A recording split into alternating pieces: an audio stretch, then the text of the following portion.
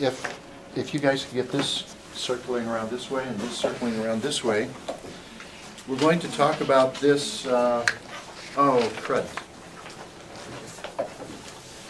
Okay? I had a marked up copy that I was going to read from, but we will be able to work without that. Do you want me to go get it? It's in my office. Thank you, Richard. It's in my black computer bag. You bring the bag. Let me put a little context on this. What we're talking about today is turning a learning management system on its head. Okay. Now, it would be a good place for us to begin by talking about what's a learning management system and why is it pertinent to the people who are in this room. What's a learning management system? It's going to bring a lot of things that a teacher does as a one-stop shop. Grading, interaction with students, presenting and delivering content. Okay, it performs functions for an instructor. What kinds of functions? You can post assignments on it, and it can also help you grade them because the assignments can appear right there. Okay, so it tells you what assignments are due for a particular class. You can host course content on these learning management systems. You can facilitate discussions between students and between yourself and students on these systems. Okay. This may be pitching you a softball, Andy, but I believe this too personally. I think learning management systems also dictate the pedagogy that we have, because teachers will use what is available and not what's not available. And so I think the way it's set up, I've seen various different learning management systems, and it very much dictates the kind of interaction they're having with their students. Thank you very much. And I thought that might be where you're going, but I really do believe that. That's where I I'm wasn't just going. giving you a softball there. That's where I'm going. I really appreciate it, as a matter of fact. Let's stop and think. What was the learning management system that we had maybe a couple of years ago, those of you who were here at that time? What was it called? Blackboard. Blackboard. What was Blackboard like? What was it like to interact with? Slow. It was what? Yeah, but why? That's the right question. It wasn't me. I said painful because it was slow. Okay, it was slow. I say awful. It was hard to navigate. There was nothing that it wasn't logical in its navigation. Okay. Very pretty. It was ugly, too. It was slow, but it was ugly. And it was very costly, it turned out. And from time to time, because it ran over this, it was hosted somewhere else, from time to time, it would go down and it would forget stuff. At one point, I think it forgot a whole semester's worth of data and syllabuses and such. So there was Blackboard, and it's gone away now. And what do we have today? Learning Canvas. Learning Suite, what? Learning suite. Canvas, he said Canvas. Well, Canvas is a learning management system, right? Okay. We'll include that with a certain class of learning management systems. Richard, thank you. You're so kind.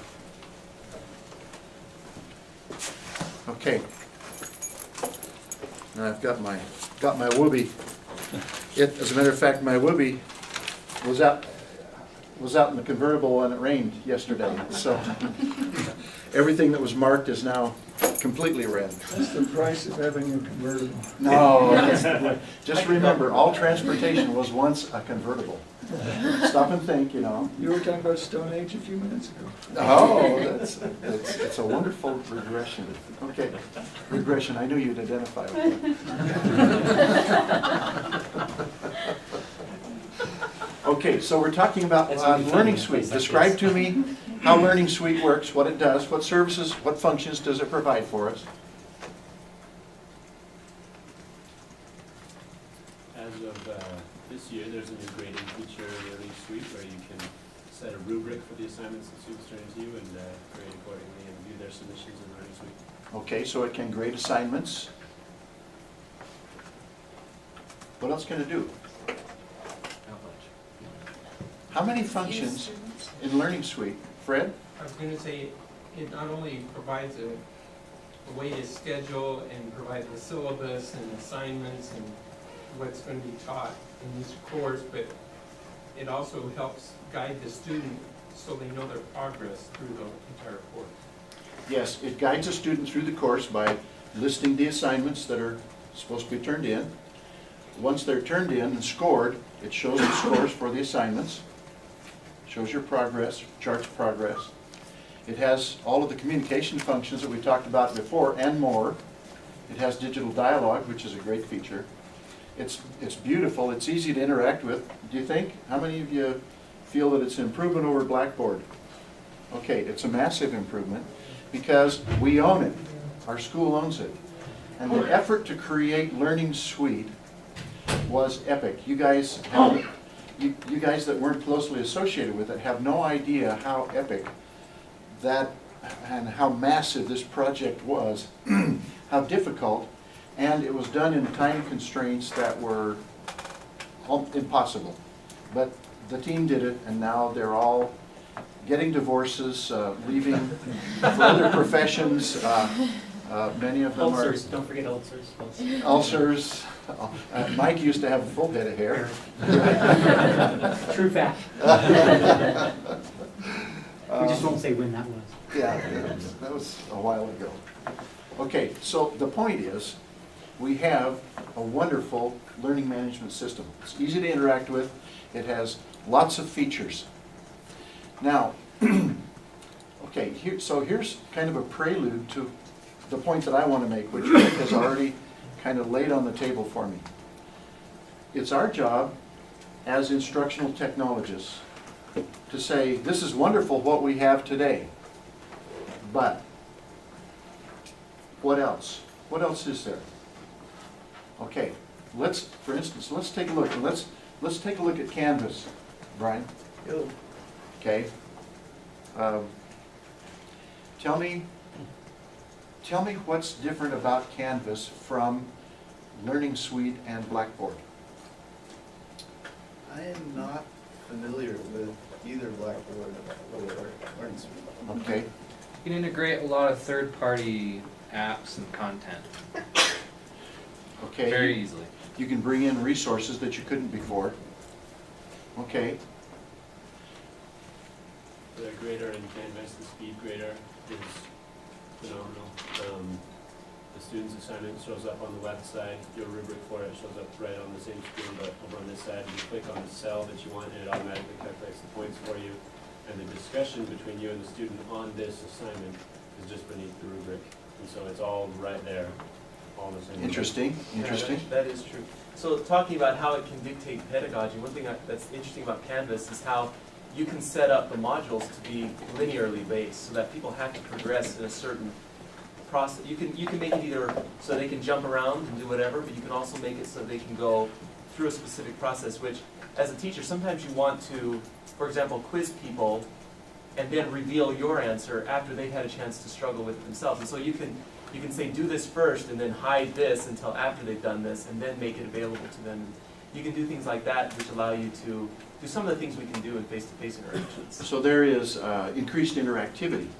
Or flexibility in how they interact. And what Michael was saying was that you could actually have a dialogue over a quiz score or Right, or an assignment of some kind. So the increased dialoguing between the student and the instructor. Okay, Michael? We've created a system where we have, we call it YouTube on steroids for language learning. It's like YouTube, but you can do additional things with the video, and we connect to those assets from within Canvas using learning tools interoperability, the LTI specification from IMS. Okay. So we don't have to put users on this system. We have copyrighted materials there. We don't want to be open to the world. Mm-hmm. But a user who's in a course on Canvas authenticates in Canvas, and then with the exchange of keys, then is able to go use the assets on our system directly from Canvas. Okay, so you have a content management system which was able to link into Canvas, because Canvas is an open piece of software. It has extensions where you can link in, or the ability for you to link in. Okay? Canvas is open in a couple of ways. One, that it is open source. They will give make the source code available, but it's open from the standpoint that this modularity aspect is important because one system is able to communicate with the other. They're not each a monolithic system that you're expecting to do everything. Yeah, it's like a set of services that are compatible. Okay. So it's a nice architecture. It's a nice software architecture. My job today, though, is not to sell Canvas, even though it seems to be a step ahead. It seems to be an evolution ahead of the standard LMS. So let me ask you a question. There's always a single architectural feature of a product. What is the core of any learning management system, including Canvas? What is the core architecture? I'm not talking about software architecture. I'm talking about functional architecture. What's the main thing that learning management systems do? Are you looking for, like, they're course-centric, or something to that effect? They are course-centric, and what else? What makes up a course? Students? What? Students? Well, students attend a course, but what does a course consist of? Objectives. Assessment. Outcomes, assessments, and content, or learning activities? Activities, content, assessments, Outcomes. and where do the outcomes get? Where do they go? Once you have a score on a test, what happens to it? Grade. And it's recorded in. Okay, that's the main feature, isn't it? It's a progress monitoring system. It's a system for recording attainment, completions. Okay, I'm going to say that the main feature of virtually all learning management systems, including Canvas, is a grade book.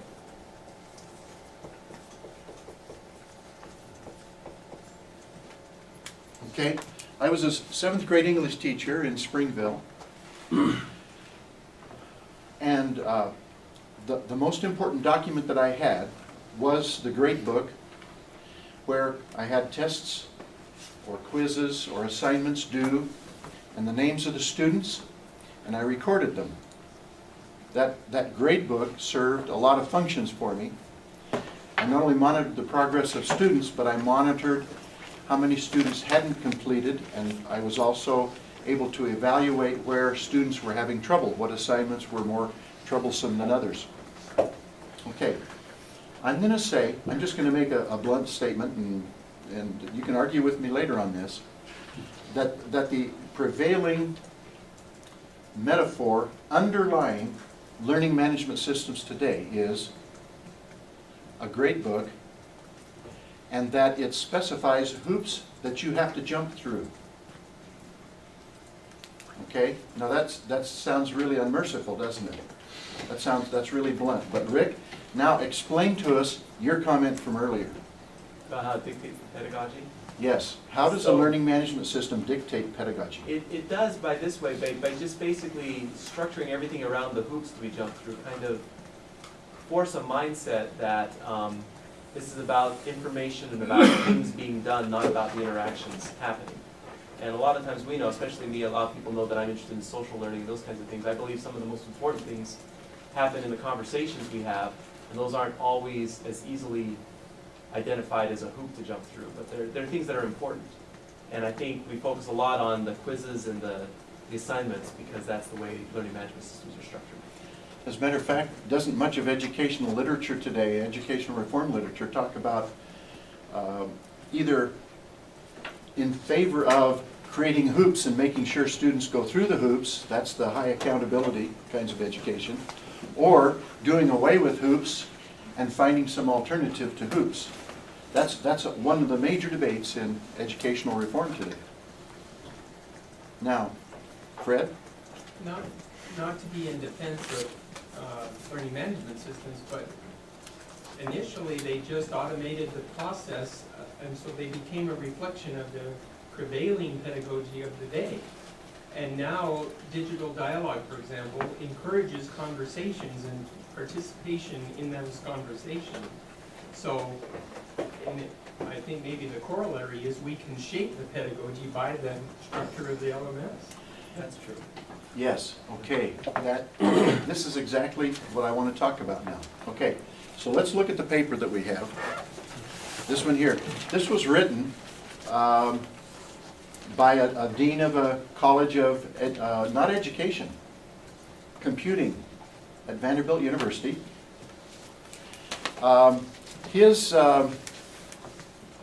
He was writing about, when he talks about educating a new engineer, which is the title of his article, he's not talking about bridge engineers or road engineers or even computer engineers. He's talking about, well, he is talking about computer engineers. He's talking about computer science. This publication down at the bottom that you can almost read shows that it was published in the Communications of the Association for Computing Machinery. There's an assumption in what he wrote here that someone who is a graduate in computer science is in some way an engineer, either engineering systems of computers, or engineering individual computer components, or engineering the software that makes computers run. In some way, his metaphor is is engineering. Now, looking in this paper, one of the things that he's trying to do is to describe reforms that he believes need to be undertaken in the education of computer science students, undergraduate in particular. In order to get to his point, he starts talking on page 88. If you'll take a look on page 88, his heading there is, in the first column, near the bottom, Reinventing Education and Research. Peter, did we run out of copies? Are there any extra copies in the back? Ah, thank you. Yeah. Let's make sure everybody has a page 88 first.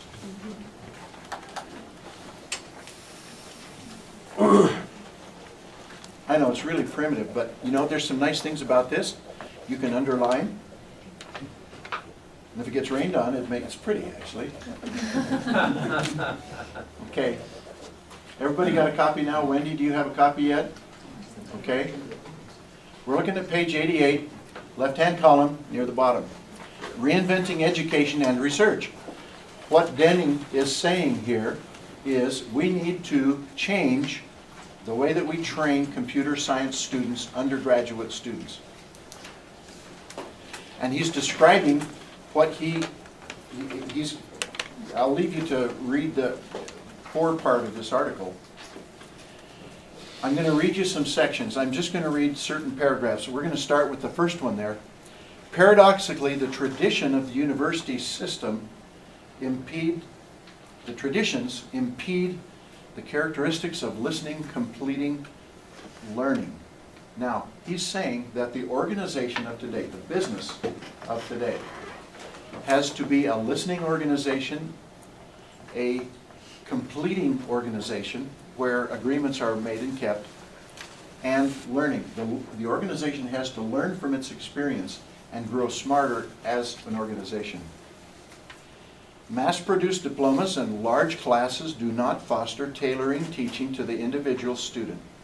Consensus by committees and teaching by presentation do not foster clear agreements and timely completion of promises.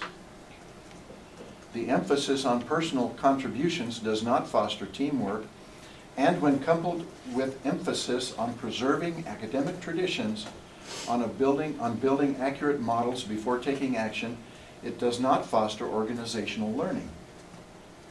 Now stop and think of the implications of what he's saying. What is he saying is the most important part of the curriculum from his point of view?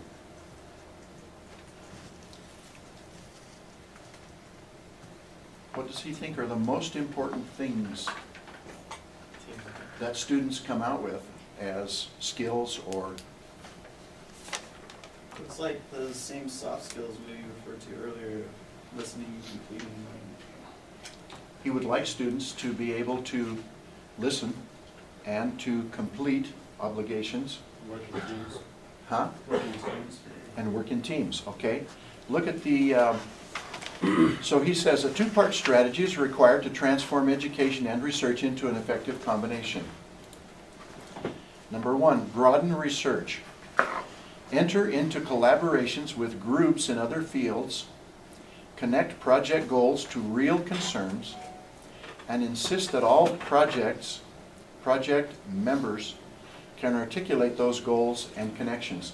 He's saying to train students to work in groups, we ought to have them working in groups, and they probably ought to be interdisciplinary groups. Second, reorganize the curriculum. Educate an engineer who knows not only engineering, but how to work effectively in organizations that listen, complete, and learn. Okay, jump down to the middle of the next paragraph. Well-planned integration between research and education can make undergraduates eyewitnesses of emerging technologies and the processes of their invention. It can dispel the illusion that research and education are separate, competing enterprises. Now, what is he recommending happens here that's different from what normally happens in undergraduate education? What is he suggesting that there be more of? Well, there used to be, this, I noticed it was written in '92, which is when I got my bachelor's. 22 years ago. And back then, it was very much, this is education, this is research. And on the undergraduate level, you're over here in education, you're learning the material. You don't touch research until, you get up in graduate school somewhere. So what is he recommending as an alternative to that? That we bring research all the way down into the undergraduate level. So that undergraduates are participating in the creation of new knowledge by doing research, by engaging in research as undergraduates. Now, is there a move on the BYU campus to increase that? Yes. Yes, there definitely is.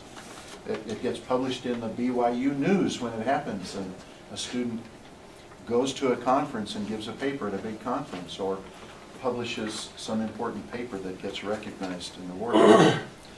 Okay, look down at the very bottom of the middle column there in the italics. The curriculum must anticipate the shifting world in which graduates will have to work, will live and work. Then at the top of the next column, ongoing curriculum planning process that persists in asking several basic questions. What is missing from our curriculum? What are we teaching that we don't need to? What study habits and work practices, I don't have my glasses, I'm guessing, must our students master? In short, how to study, what to study, and how to study. Okay? A paragraph down, middle of the next paragraph. A listening-oriented curriculum must teach listening by relying on presentations, less on presentations, and more, this is where the rain got it, and more on design projects with clear clients and clear conditions of satisfaction. The faculty must establish explicit ongoing channels for outside businesses and other organizations to say what should be in the curriculum and why they must establish processes for review of the curriculum. Okay. Further on down. Faculty must accept more responsibility for the success of their students and must give their students more responsibility for their work and their progress.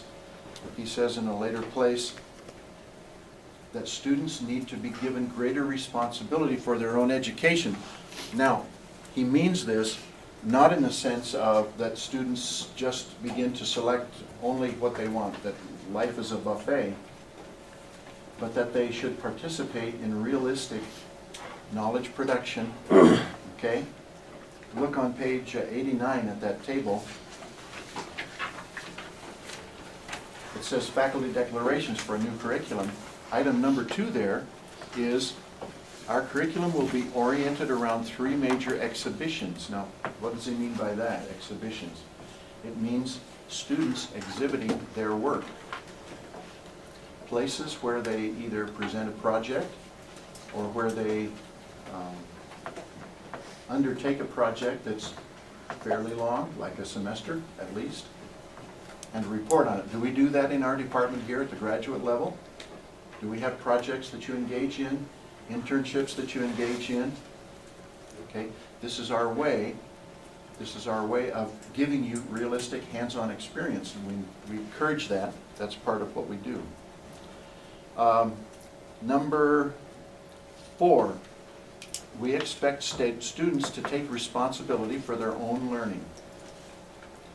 Faculty will be not only presenters and providers of instructional services, but coaches and guides moving the students towards successful exhibitions.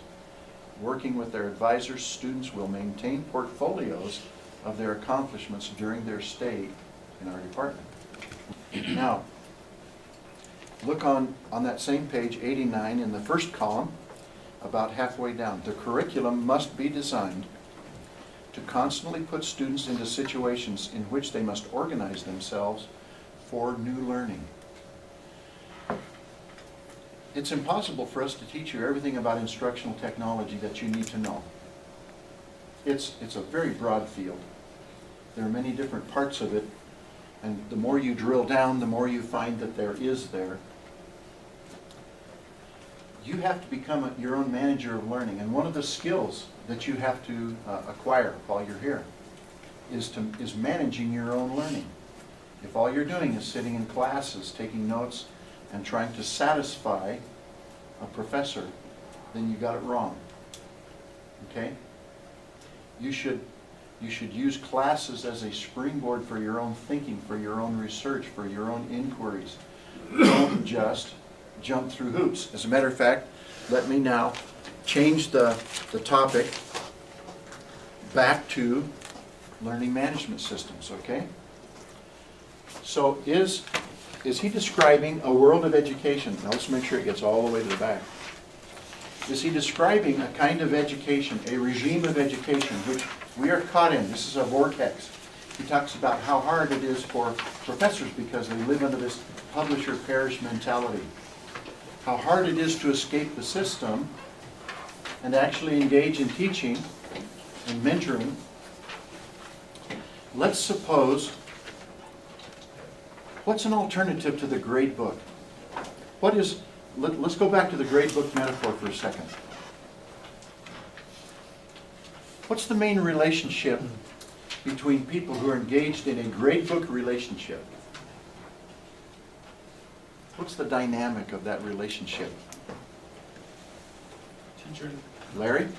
it's a substitute for a demonstration of competence. It's a substitute for demonstration of competence. In what way, would you say? When you're done with the course, you know how to do stuff. You become something. And the grade book is some representation of how you got to that point. You can finish a course, take an objective test, and you are registered as being competent. Okay, Michael? Well, it becomes, instead of, you know, an actual, like he says, an exhibition of competence and ability, it becomes a kind of a negotiation on how many points I got on this assignment to get a grade. And yeah, it cheapens the experience. The experience, the concept of education is cheapened. Cheapens the learning. Yeah, Richard? Well, the structure of it implies that every student must complete every assignment, and that they're all uniform assignments. Yeah. That every assignment is administered the same way to every student, and they do them individually. One size of suit fits every person, which we know is not right. Brian? Practically speaking, I've seen grade books become the substitute for human interaction, period. A lot of times that server, wherever those grades are stored, becomes a vault. And just as long as there's a number there, the manager or the teacher doesn't even talk to the student. That's a possibility. Michael said that it causes students to argue for points on an exam. My daughter Emily had an experience with a teacher where she was 0.8 percentage points away from an A in a class. And she went in and talked to the teacher and said, I studied really hard and here's the reason. Can you just, I really killed myself for this class. Can you give me that 0.8%? And he said, no. Because it would create chaos. But the grade book doesn't cause that. The grade book's simply a record of the judgments that were made elsewhere. But is it possible that it's the grade book mentality that causes that? Well, I thinking about this in the grade book mentality, I think of in my undergrad, I took a graphic design class. I had to design a web page, and I went far on beyond what the teacher asked. And for the next 3 years, she used my web page as an example of this is really good, but she gave me a C- on it. Because I didn't do it in the way she told me to do it. I found a better way, and I did it that way. But don't blame the and she grade was book for grading me that. on the criteria of the grade book. She said, as a website, it's fantastic, but according to the criteria of the assignment in the grade book, I have to give you a C-. Yeah. Okay. The criteria don't No, exist in the I grade found book. it. It's, I named it. Criteria don't exist what? The criteria don't exist in the grade book. Richard says Canvas that thing. the criteria, Well, okay. you can And I think enter also that it's in fair there, to that's say not that right. this Yeah. whole mentality it's what comes first, chicken or an egg thing. It's perpetuated in a very activity theory kind of a way. It's perpetuated by tools, students, instructors, I mean all of us. Because one of the reasons why we've got very discrete and specific rubrics nowadays is because students want to know what they need to do to jump through the hoop, but the system perpetuates that. I mean, it all just kind of perpetuates itself, and that's what we're all fighting against. Is we're all part of the system that just keeps perpetuating itself. We're caught in this vortex, which is hard for us. We know that there is an alternative, and that's what I'd like to talk about for the next few minutes. The grade book serves a useful purpose. It allows a teacher to demand from a student an excellent performance. So there are pluses and there are minuses to the grade book metaphor. But if we didn't have a grade book metaphor, okay, I was asking a minute ago, what relation, what dynamic does the grade book metaphor set up between the instructor and the learner? What's the dynamic? Is there a message that's conveyed by the grade book metaphor? An unspoken message. Well, it's almost an antagonistic one in some ways, because the teacher is saying, you must do X, Y, Z, and you must do them this way in order to get rewarded with the A or the gold star on your forehead. And if you don't do it exactly as I specify it, then you're not going to get, like you said with your website, it's a very strict, almost antagonistic. Well, with that relationship, it's not a human relationship. You're not going to the professor looking for true help, right? And you're not trying to get them to know them on a more intimate basis. It's, I'm coming to you so that I can get the gold star on my forehead. Okay, so the relationship, the dynamic of the relationship becomes, you must satisfy me and I will decide what you're going to do. That's the point that I'm trying to make. What message does that send to the learner about who's in charge of learning and how the whole system of learning takes place? What's the message that's built into that system? The teacher knows everything, and you need to do exactly what the teacher says. Pass. And if you don't fulfill that criteria, you're maybe deficient in some way, not living up to expectations. Okay, so the message is, you satisfy me. Is it always clear what the instructor wants? Is the student encouraged to initiate learning projects? Is the student brought into mentoring relationships with instructors? If the message that's implicit in the system is, you will do what I say, don't worry about initiating learning on your own, I will take care of that. I will tell you what you need to know. And I will deliver it to you through different means. Okay? Now that's the worst possible straw man for the gradebook metaphor. The reason that I've created a straw man, and a straw man is kind of an unfair thing to do, and I'm doing something really unfair here, okay? I'm demonizing the gradebook. Why? Because I want you to at least consider an alternative. What would be an alternative to the gradebook? Self-assessment. Anything goes. Give yourself a grade. See, now this is the anything goes thing is the fear of leaving the gradebook behind. Well, I think in a lot of ways, a lot of graduate work is like that. It's not just a single teacher, a single professor. It's you get a mentor, you get a committee around you, and you say, I would like to, I think this would work, I like this idea. So it's self-motivated learning with people helping along, and they're ultimately the ones who say, you know what? I think that'll work, and I think that is good. Or they'll tell you up front, you know, I don't know if that's going to work, but let's try it out. Okay, now, can I borrow your sheet for a second? By the way, hi. Look in the upper left-hand corner. There's a quotation there by President Samuelson. We hope every undergraduate has a unique BYU mentoring opportunity in order to cause their learning to take place more rapidly and help them obtain greater opportunity and accomplishment in their career, schooling, families, and communities. Now, what if we eliminate the everything goes alternative, because that's foolish. That's the inmates running the asylum. Okay? Let's just agree that that's not a good alternative.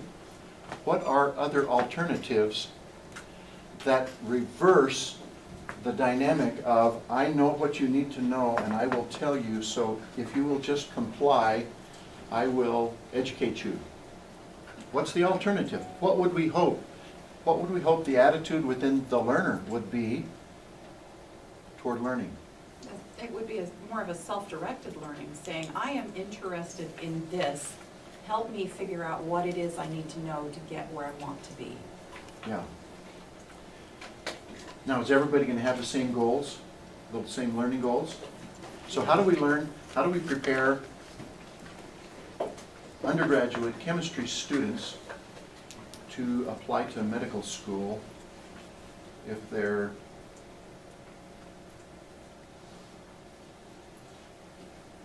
how do we prepare not only chemistry students to go to medical school, but really excellent chemistry students to go to medical school? We have to teach them how to learn. Teaching them how to learn? How do we do that? How do we teach them to learn on their own? As you were talking, I was thinking of the apprenticeship model. And if the scholars that you described here are apprenticing learners, then they will teach them how to learn. I mean, just like a cabinet maker teaches an apprentice how to build cabinets. So learning has to go on in the classroom somehow. The student has to participate in the learning process and has to actually choose to learn. Well, I mean, you kind of mentioned it in the article, we need they need to be engaged in the kinds of real-world concerns that the field that they're trying to go into is facing. And so they get a feel for what it is that they'll actually be doing, and where it is they don't know enough to be able to solve those problems, so that they can then engage in figuring it out. Okay. Now, there are instructional methodologies for bringing the learner into control during the instruction without leaving behind the standard of the curriculum. Let me describe one example, and then I'm going to, as a final thing, I'm going to pass out. Basically, here's the idea. Here's the idea that I want to promote. This is the idea that would turn the learning management system on its head. The student has to agree. It can't be just the delivery from Sinai. Somehow the student has to be brought into a position of agreement that they want to learn what they're about to learn. Now, that can be as simple as an attitude change in the student's mind. I signed up for this Chemistry 105 class, and by darn, I'm going to do well in this class. I'm going to learn at least what they want me to learn, and while I learn, I'm going to have questions, and I'm going to do a little exploration in the library on my own, independently, until I not only understand it, but I understand it really well. And, okay, that's one possibility. Here's another possibility.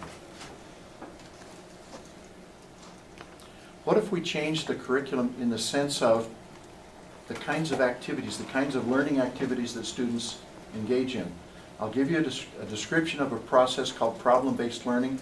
Some of you have heard me describe this before. Howard Barrows at a medical school, and I'm not going to try to quote what school he was at, but this is all in the record, in the literature. Howard Barrows is a neurologist. Was a neurologist. And teaching medical school, for the first 2 years, he realized that it was all about memorization. Anatomy, cytology, or histology, all the different medical topics, and that there was a great deal of memorization, because at the end of the second year,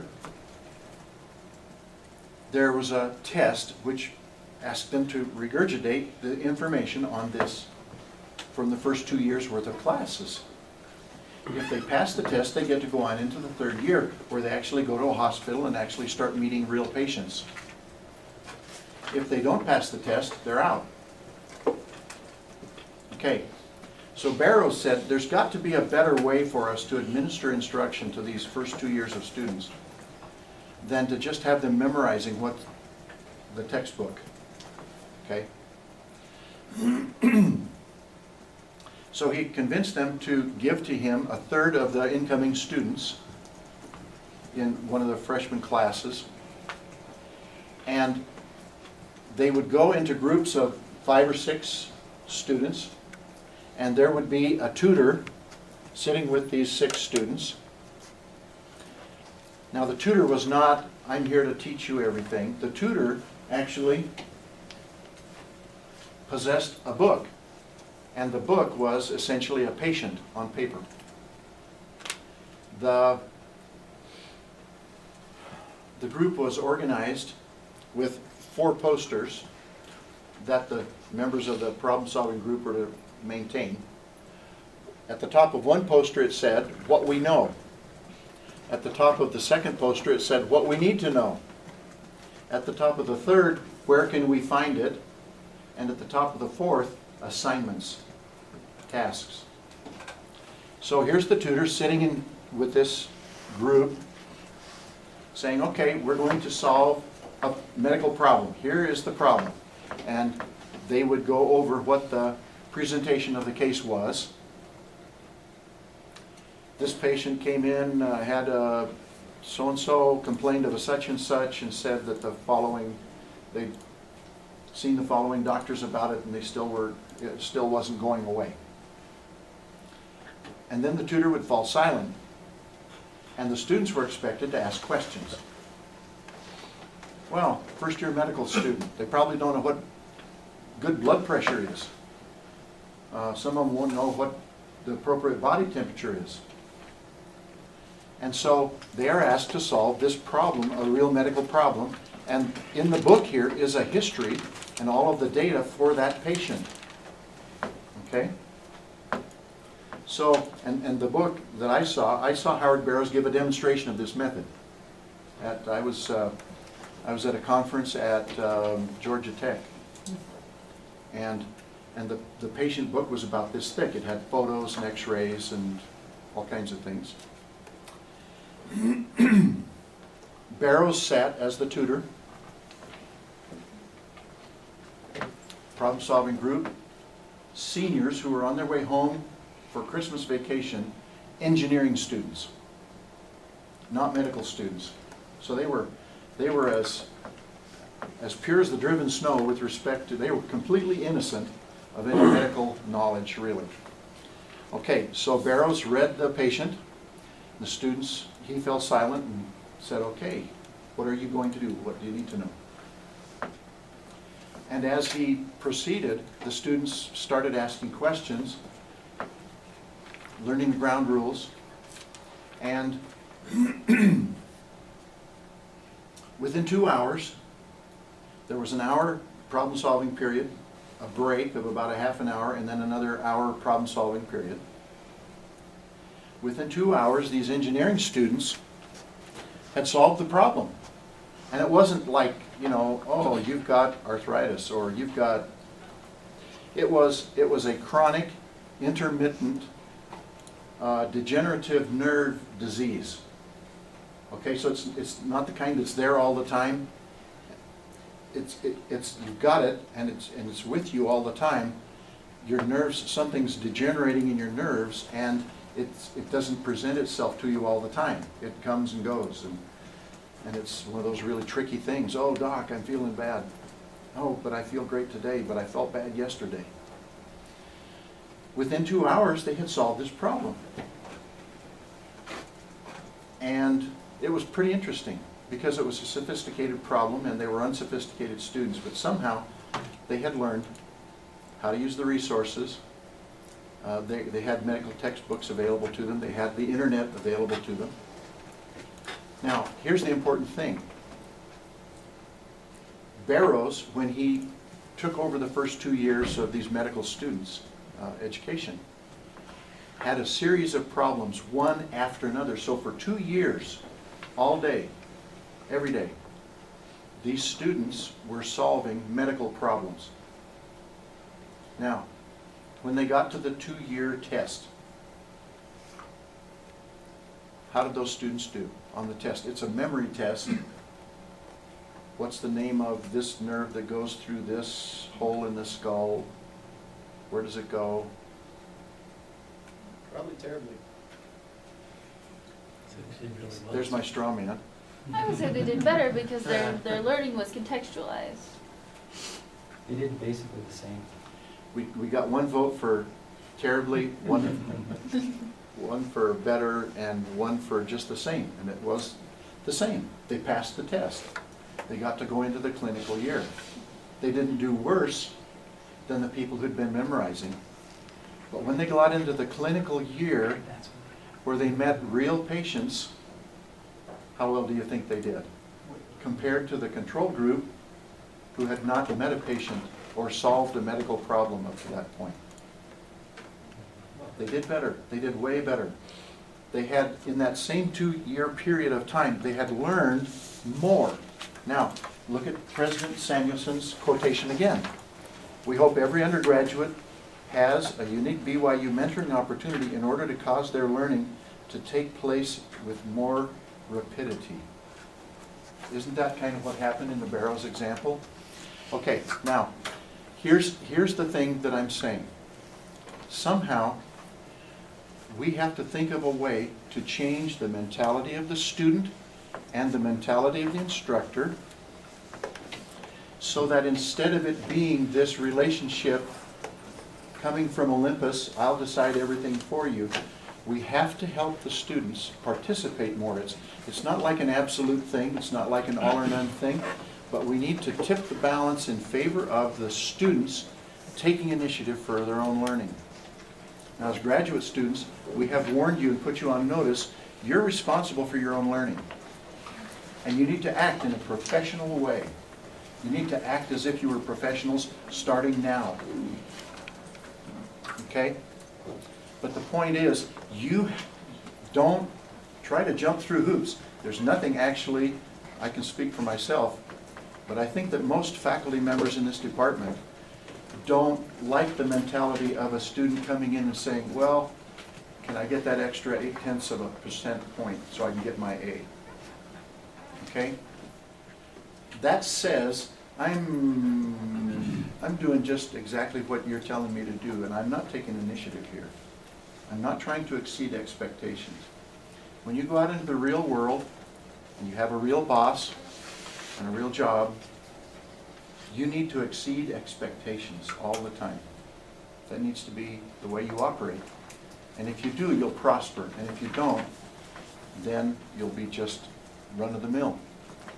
So anyway, take that mentality, but also let's figure out how to build learning management systems. And what I'm going to pass out to you now is a paper that John Chapman and I wrote together. It's a white paper. We're trying to put some ideas down so that we can decide if we really agree with them or not. It describes a learning management system in which the student forms what we call compacts. That is, the student agrees to what they're going to learn, and there is an explicit agreement. Right now, what's the agreement when you take a class? You get a syllabus, and the teacher says, here's what you're going to learn. Somehow, the student has to give a signal back to the instructor saying, I accept this syllabus. And there also have to be kinds of experiences which aren't classroom experiences. There have to be experiences where the student can find an opportunity. Maybe it's over in chemistry, maybe it's over in computer science or one of the arts. They need to find some experience where they become part of a multidisciplinary team, interdisciplinary team, and they learn how to act as a problem-solving group to create new knowledge. So, thank you very much. That would turn the learning management system on its head. Thanks.